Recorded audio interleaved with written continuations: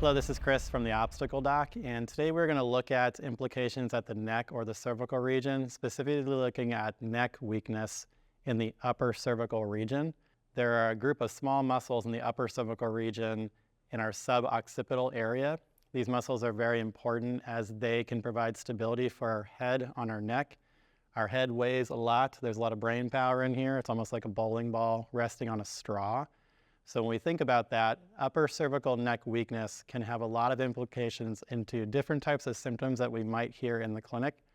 A few that we tend to hear is implications of head neck heaviness, where the head feels kind of forward, heavy on the neck.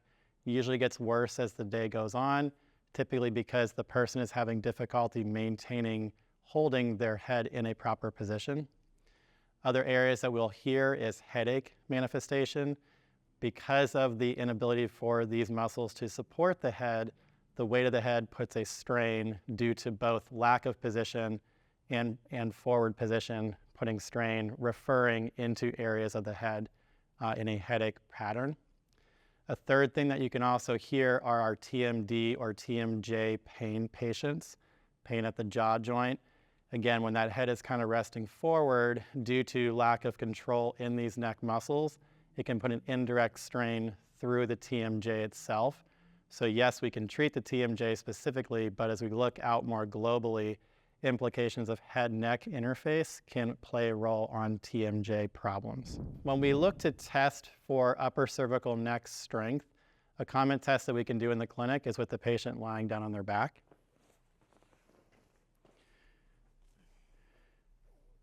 So with this test, we're going to look at placing the patient in a chin tuck or an upper cervical flexed position. What I'm going to do is I'm going to take my hands underneath her head. I'm going to tuck her chin roughly to a right angle from her chin to her throat. And then from this position, the objective of this endurance test is for up to 30 seconds, I'm going to remove my hands and she is going to try to hold this position in space. Basically, her head is going to hover. So as I remove, which is a lot harder than it looks, we are holding our head in space. What we're looking for is movement away from the position we started, shaking, an increase in displacement here, or just a lack of ability to hold for the 30 seconds. So if she relaxes early, any one of those potential responses would suggest to us that this person lacks control, lacks strength, lacks endurance in their upper cervical region. If it creates pain that they're coming in with, if it creates headache that they're coming in with, again, from a strength standpoint, implicating into these problems, now we have a little bit of a finding that we can go off of. So when we're looking at upper cervical neck strengthening exercises, we can utilize the test, but in a little bit more of a gentler fashion, primarily through the chin tuck, to serve as a way to help to build back up our strength and endurance for the head on neck orientation. An easy way to start is in the same test position, but instead of letting the head hover, we're going to make life a little bit easier, and all we're going to have the patient do is go through the chin tuck motion, holding for a certain amount of time. Typically, I try to get patients to get up to 30 seconds because that emulates the test protocol. If they can't hold for 30 seconds, then we'll do it in a smaller increment, say 5 or 10 seconds, and we'll just do more repetitions as we go. What the client should feel is the following. She is not lifting her head. So as she tucks her chin, instead of the head lifting, what she should feel is that the back of the head slides and then returns as she releases. That would be indicative of more of a chin tuck, upper cervical flexion, not whole neck flexion, which is what we want to discriminate, because those are different muscles that would be doing that motion. Another area that we can do is to palpate superficial muscles near the collarbones. As we do the movement, while they can't not help, we want these muscles to be as relaxed as possible during the chin tuck motion to ensure that they are not overcompensating, lifting early, or taking over for the movement. Progressions of the chin tuck exercise from the table, because ultimately we want the client to be able to understand how to do this position and maintain this position in more upright, realistic positions. So think about computer postures, think about driving the car. basically just being upright, is we can have the client in an upright position, whether it's sitting or standing. For tactile feedback, we can place a stick or a rod, which would simulate the table surface.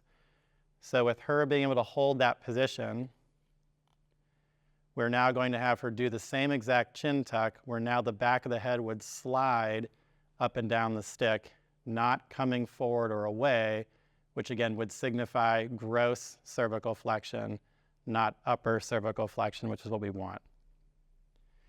So same parameters could apply. She can hold the position for time, relax and repeat. A good progression point from this would be taking the stick away and relying on kinesthetic awareness, spatial awareness, because ultimately this is where we want the patient to be. What you can also notice with the chin tuck is that will create some gaze displacements. So patients can look up and down at their monitor, they can look up and down on their phone without the head having to necessarily fall forward, which can definitely be a culprit for issues of head neck pain, especially when we are in prolonged positions of reading from our phone, reading from our tablets or our laptops where that head is way far forward. Bottom line, we don't have to move that far to get our eyesight to go up and down. Another progression point, putting a little bit more gravity to the head, is going into a hands and knees position. So let's think about head and neck strength in exercises like hands and knees, going out to say a plank, holding for a plank or a push-up, where now gravity and the weight of the head is much more implicated here. But what we can do is we can take our same stick, we can line this up to give her tactile feedback, i.e. this is like what the floor was doing. So now she knows where her head should be, and she's going to perform that same chin tuck and hold, looking for that slide, not a drop, but instead that slide and maintenance of contact as she holds that chin tuck position. When we are doing movements such as holding a plank and especially push-ups, more often than not, the head will want to drop. You see this a lot with clients. And that would suggest that we have a lack of control in our upper body, but for today, we're specifically focusing on the neck itself. So again, being able to hold this position, holding this line, holding for time, taking it out to these other exercises and creatively challenging that person to do those movements or hold that position without losing the chin tuck and proper head neck position.